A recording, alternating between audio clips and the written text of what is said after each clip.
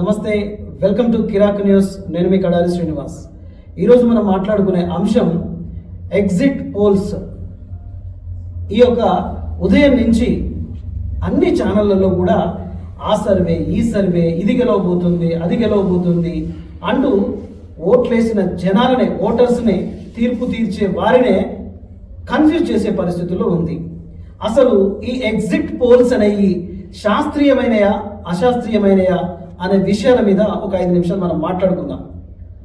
Election జరిగిపోయిన తర్వాత మరికొన్ని గంటల్లోనే రిజల్ట్ రానున్న నేపథ్యంలో ఆయా మీడియా ఛానళ్ళు తన టీఆర్పీ రేట్ని పెంచుకోవడానికి ఆ సర్వే, ఈ సర్వే అనే పేరుతో ఒక్కొక్కరు ఒక్కొక్క ఛానల్లో అనేక దఫాలుగా అనేక గంటల పాటు జనాల ఆకర్షణను మిస్మరైజ్ చేసేలాగా, అంటే కన్ఫ్యూజ్ చేసే మాదిరిగా ఎగ్జిట్ పోల్స్ ఈ పార్టీకే ఎక్కువగా సంకేతాలు ఉన్నాయి, మళ్ళీ సెంట్రల్లో ఇదే పార్టీ వస్తుంది, మళ్ళీ ఇతనే గెలుస్తాడు, లేదు ఉమ్మడి ఏపీలో ఉమ్మడి కూటమి గెలుస్తుంది, లేదు జగనే గెలుస్తున్నాడు, లేకపోతే అక్కడ పోయి ఎలక్షన్ తర్వాత ఇట్లా జరుగుతుంది, అట్లా జరుగుతుంది అని చెప్పే ఈ ఎగ్జిట్ పోల్స్ పై మనం ఒక నిర్ణయం తీసుకోవాలి. మనం అంటే ఇక్కడ ఎన్నికల కమిషనర్, అంటే గతంలో భారతీయ ఎన్నికల సంఘం ఎన్నోసార్లు ఈ ఎగ్జిట్ పోల్స్ వెలువడే ఈ సంస్థలపై అనేక నియమ నిబంధనలు, ఆకాంక్షలు ఇక్కడ ఏర్పాటు చేసింది.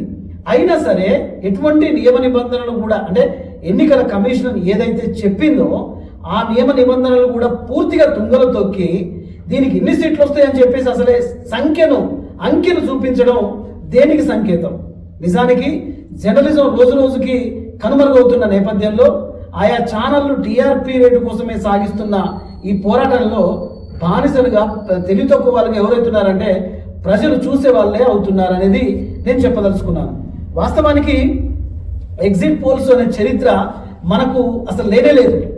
గతంలో కొన్ని ప్రైవేట్ యాజమాన్యం ఉపాధి లేక మరి కొంతమంది ఒక వ్యాపార వస్తువుగా మార్చుకొని సర్వేల పేరుతో, లేకపోతే ఎగ్జిట్ పోల్స్తో, అంటే ఎన్నికలు జరగక ముందేమో సర్వేల గురించి చెప్తారు, ఈయనకు టికెట్ వస్తుంది, ఆయనకు టికెట్ వస్తుంది అని.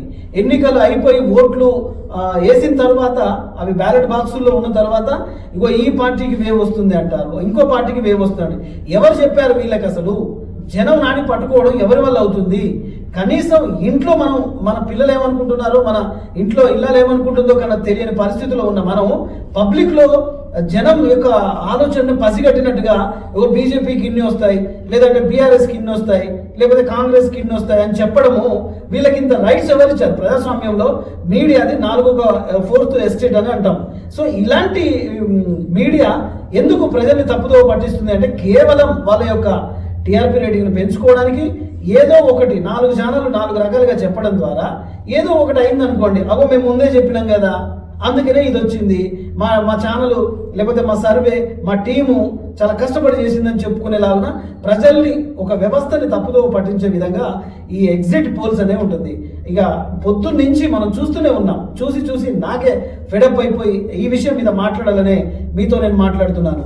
వాస్తవానికి ఈ మరికొన్ని గంటల్లోనే ఓట్ల లెక్కింపు ప్రారంభం కాబోతున్న నేపథ్యంలో ఎలాంటి ఈ అపోహలకు కానీ ఎందుకంటే అశాస్త్రీయమైన ఈ ఎగ్జిట్ పోల్స్ను శాస్త్రీయంగా మనం నమ్మాల్సిన పని లేదు. ఓటు ప్రజలు వేశారు, ఒక నిర్ణయం అధికారంతో ఎవరికి ఓటేయాలనో వాళ్ళకు ఓటేశారు ప్రజలు.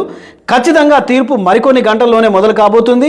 అంతవరకు ఆయా ఛానళ్ళ ఎగ్జిట్ పోల్స్ను చూసి, ఎందుకంటే ఆయా పార్టీకి సంబంధించిన అభిమానులు భావోద్వేగానికి గురైపోయి ఏదైనా ప్రమాదం చోటు చేసుకునే అవకాశం కూడా ఉంటుంది. కాబట్టి ఇలాంటి ఎగ్జిట్ పోల్స్ నమ్మకండి, ఇలాంటి అబద్ధాలను నమ్మకండి.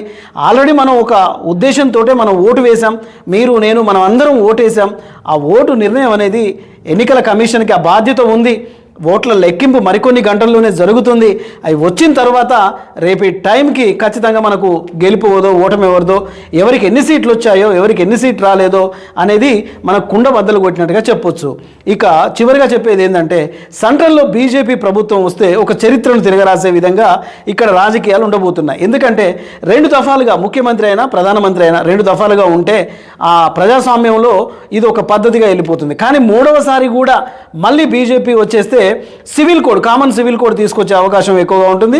వాటి మీదనే ఆర్డినెన్స్ జారీ చేసే అవకాశం ఉంటుంది. ఎందుకంటే బీజేపీ ప్రభుత్వం విప్లవాత్మకమైన చట్టాలను తీసుకొచ్చి వన్ నేషన్ వన్ భారత్ అని చెప్పేసి ఇట్లాంటివి తీసుకొస్తున్న నేపథ్యంలో మనం స్టాక్ మార్కెట్లను కూడా చూసాం. చాలా వేగంగా పుంజుకుపోయి నిన్న స్టాక్ మార్కెట్లు మరింత లాభాల్లో మునుపెన్నడూ లేని విధంగా స్టాక్ మార్కెట్లో కూడా లాభాలను చవి చూసింది.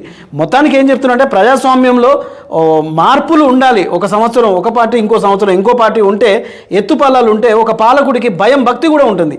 మూడోసారి కూడా గెలిచేసరికి నాకు ఇక ఎదురే లేదని చెప్పేసి ఒక స్వంత నిర్ణయాలు తీసుకొని ఒక విధానానికి మూఢ విధానానికి వెళ్ళిపోయే అవకాశం ఉంటుంది. కాబట్టి ప్రజలు ఇప్పటికే ఒక తీర్పు ఇచ్చారు. ఆ తీర్పు ఏదైనా మనం అందరం గౌరవించుకోవాల్సిందే. ఇలాంటి ఎగ్జిట్ పోల్స్, ఎగ్జిట్ పల్స్ను ఇవి వేవి నమ్మకండి. ఇవి అశాస్త్రీయమైనవి, ఇవి శాస్త్రీయమైనవి కావు. వీళ్ళకి ఎవరు లేరు. ఏదో ఒక పేరు ఊరు లేని సర్వేలు చేసినంత మాత్రాన గెలిచేవాడు ఓడిపోడు, ఓడిపోయేవాడు గెలవడు అన్నది నగ్న సత్యం తెలుసుకోండి. ఇది ఇవాల్టి కిరాక్ న్యూస్లో కౌంటర్ విత్ కడారి శ్రీనివాస్. రేపు మరొక విషయంతో మళ్ళీ కలుస్తాను. చూస్తూనే ఉండండి Kirak news. Signing off Kadari Srinivas. Thank you very much.